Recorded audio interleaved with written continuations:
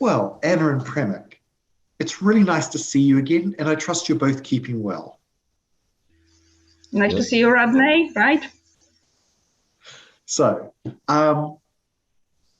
this Polish deal, Anna, there's just a lot in the media about it.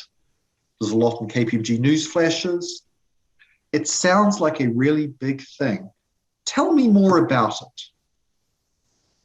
Yeah, right. According to the official justification, the new law and the goal of the new law is to make a tax system in Poland more friendly and more transparent, in particular for investment, and with an aim for new investors, both companies and individuals, being attracted to Poland, and just making business in Poland with the right know-how and the right experience. But as with any change, you can imagine there are always some issues. There are some problems. And I believe the crucial issue here is timing. The new system is very substantial. It's extremely extensive.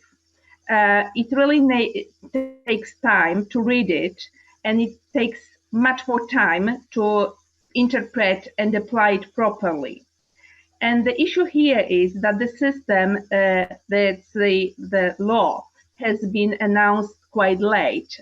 It was mid of this year, during the summer, with some important changes, was announced so late as in October.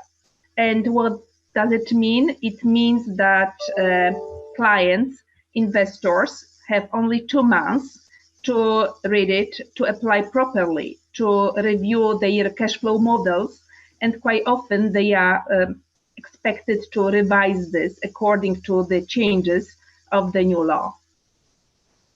In terms of the changes itself, right? So I believe the crucial one refers to the minimum taxation. There is introduction of such a system currently in Poland. The other significant changes is the final application of pay and refund mechanism for withholding taxes in terms of dividend, interest, and royalties payment. There is also a big discussion in real estate sector, because actually what the new law is saying is that you should limit your tax depreciation write-offs up to the accounting one, right? So you cannot exceed your tax depreciation. You need to limit it only to the accounting depreciation. And it was never the case, right, in the past. And none of the investors assumed that in their cash flow models. So this change is really controversial.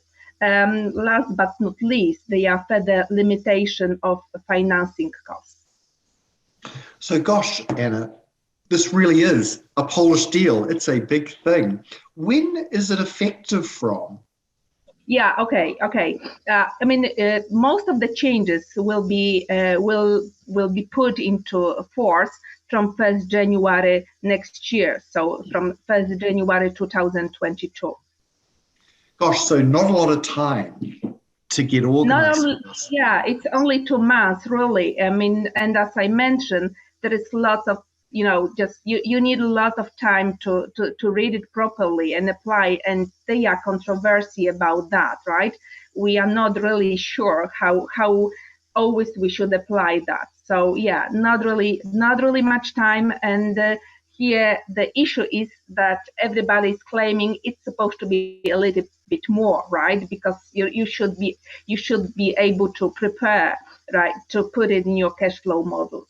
Yeah, correct. Absolutely. And I bet, just talking about cash flow, you mentioned something like a minimum taxation rule. I bet people are looking at that in detail. What is that? Yeah, it's a good point. Actually, there wasn't much discussion about that tax, right?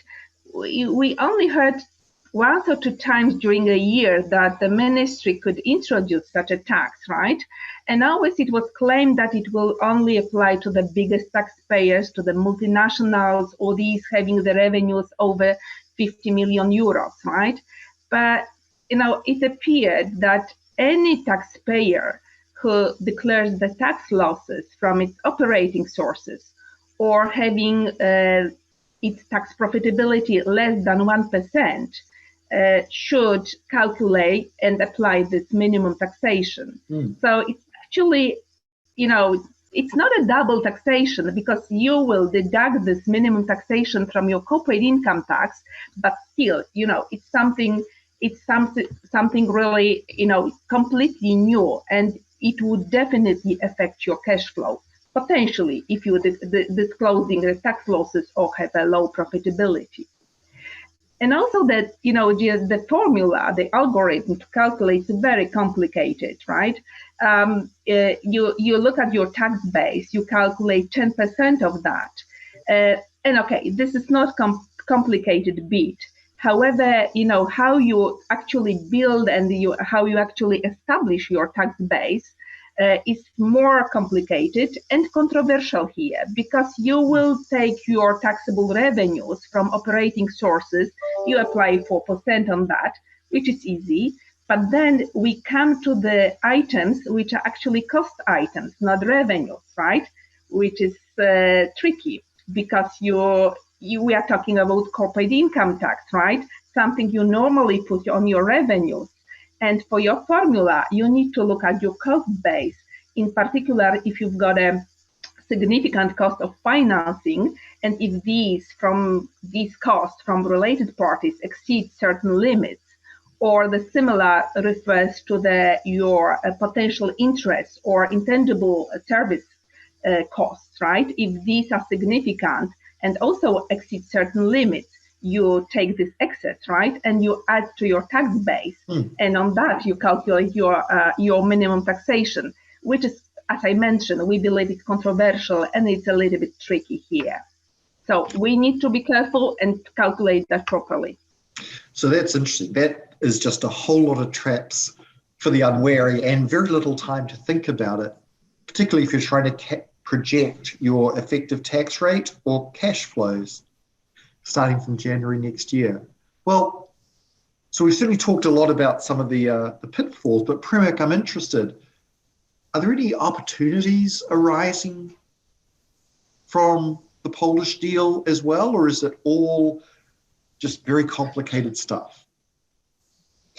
Yes, indeed there are. Of course, much less, I would say, than the challenges, but they are. And there are, let's say, quite few of the new tax reliefs, but not many of them have maybe significant impact on the business. I would only name like 2 or 3. So we have new tax holding company regime. Yes, the Poland was not having that. For other European countries are having this holding regime for many years already.